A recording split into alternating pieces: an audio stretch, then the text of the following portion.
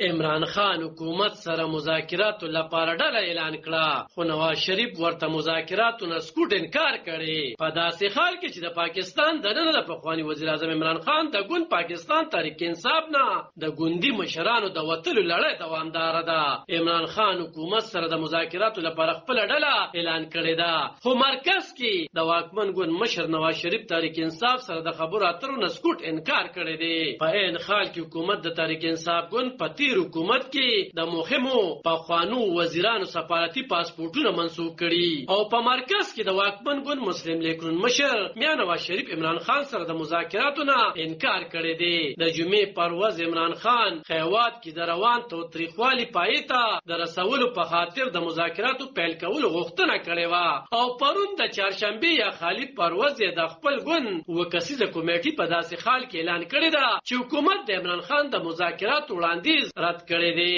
د عمران خان لخوا خپره شوې اعلامیه کې ویل شوي چې د هغه د ګوند مشران شاه محمود قریشي، پرویز خټک، اسد قیصر، خلیم عادل شیخ، اون عباس، مراد سعید او احمد اصغر به د مذاکراتي کمیټې غړي وي او دا کمیټې به حکومت سره د انتخاباتو په اړه تګلاره ټاکي. خو تر دې یو ورځ وړاندې چې عمران خان حکومت نه د مذاکراتو پیل کولو غوښتنه کړې وه، په جواب کې مرکزی وزیر خواجه سعد رفیق ویلي و چې عمران خان د مذاکراتو موقع د لاسه ورکړې ده. د هاري پرواز پخواني وزیر اعظم او په مرکز کې د واکمن مسلم لیگ نواز ګوند مشر میا نواز شریف د عمران خان لخوا د مذاکراتو غوښتنه رد کړې ده او په ټویټر یې لیکلي چې خبرې اترې یوازې د سیاستدانانو سره کیږي. نواز شریف ویلي چې کوم ترهګرو چې خیوات ته اور لګولې د شهیدانو د یادګارونو سپکاوي یې کړي، هغوی او د روانکارو د ډلې سره به هیڅ رقم خبرې ونشي. عمران خان حکومت سره د مذاکراتو لپاره د خپل ګوند کمیټې په داسې حال کې اعلان کړی ده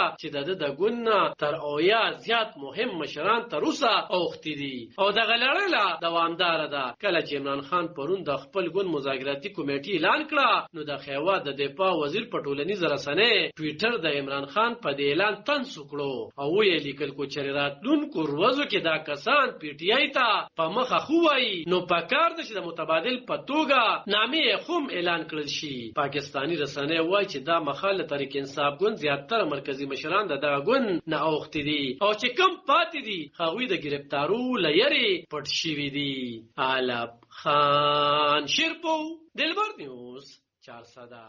عمران